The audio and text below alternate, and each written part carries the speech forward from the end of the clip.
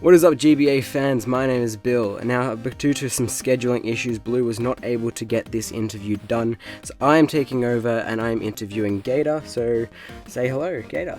Hello. Scheduling issues? More like I just didn't wake up with my alarm clock.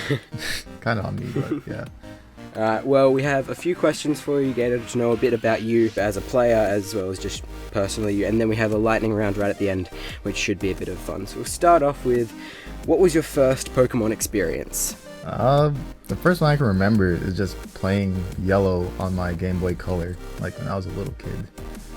I'm pretty sure like my mom got it like Toys R Us or something, like the game and the Game Boy Color. Like, here you go, happy birthday or something like that. Okay, just start playing. That's when my Pokemon adventure started. So you're a Gen 1 baby. I guess so. I didn't know that was a phrase. I am a Gen 1 baby. There you go.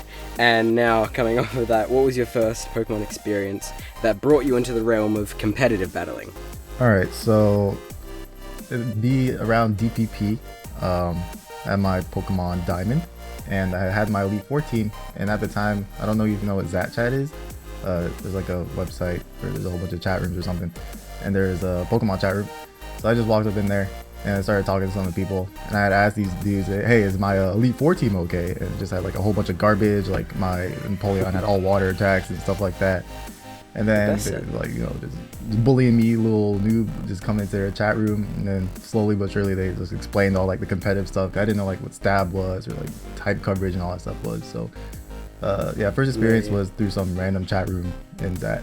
Yeah. Well, can you tell us a bit about yourself as both a content creator and a competitive player? Well, on my channel, I'm just sure it's gonna be linked or something. I mainly just do Pokemon stuff, mainly with friends. Just as of recently, I've done a couple other things with friends as well, but mainly my channel is just stuff where I upload things that are just fun.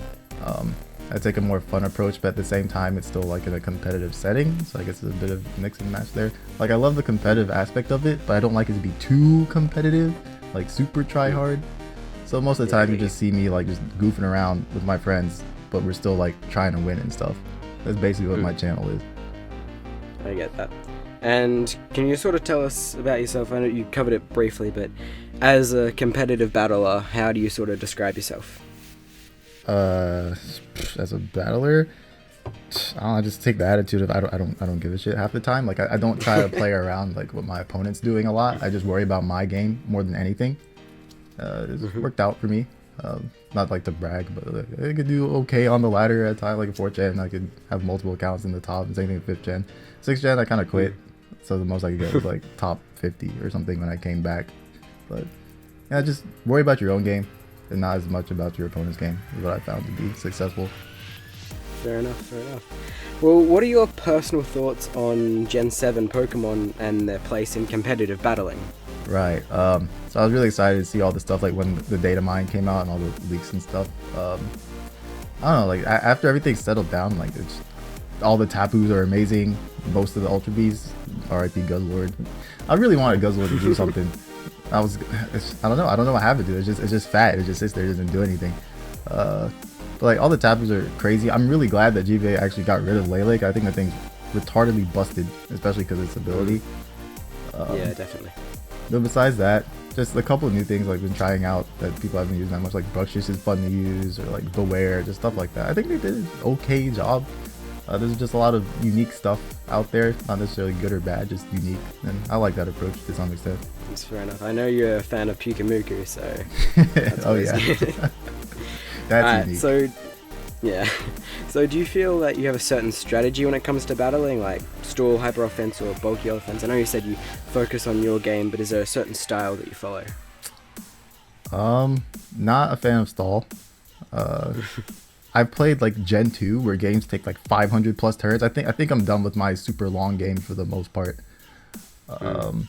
Hyper offense is always fun for the most part, especially just having a whole bunch of hard hitters on your team. You just click buttons over and over again and watch things fall over. So I guess it'd be something like that if I had to pick a style. Fair enough, fair enough. So now we move into the lightning round where I'll give you two options and you just answer very quickly with the option that you prefer. So we'll get into it. So attack or special attack? Attack. Defense or special defense? Defense. Speed or trick room? Trick room. Showdown or cartridge? Definitely Showdown. Gyms or trials? Gyms. Sweep or stall? Sweep. Thunderwave, toxic or will-o-wisp?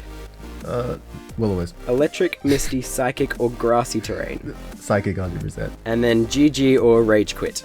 Oh, rage quit. Rage quit. Alright, well, that concludes our interview with Gator. So this has been very fun. I've enjoyed interviewing you. So thanks for coming on. Thank you. And I have no doubt that there will be some more interviews coming up later in the weeks as we prepare for Season 7 of the GBA. Alright, so thank you guys for watching. Adios. Goodbye.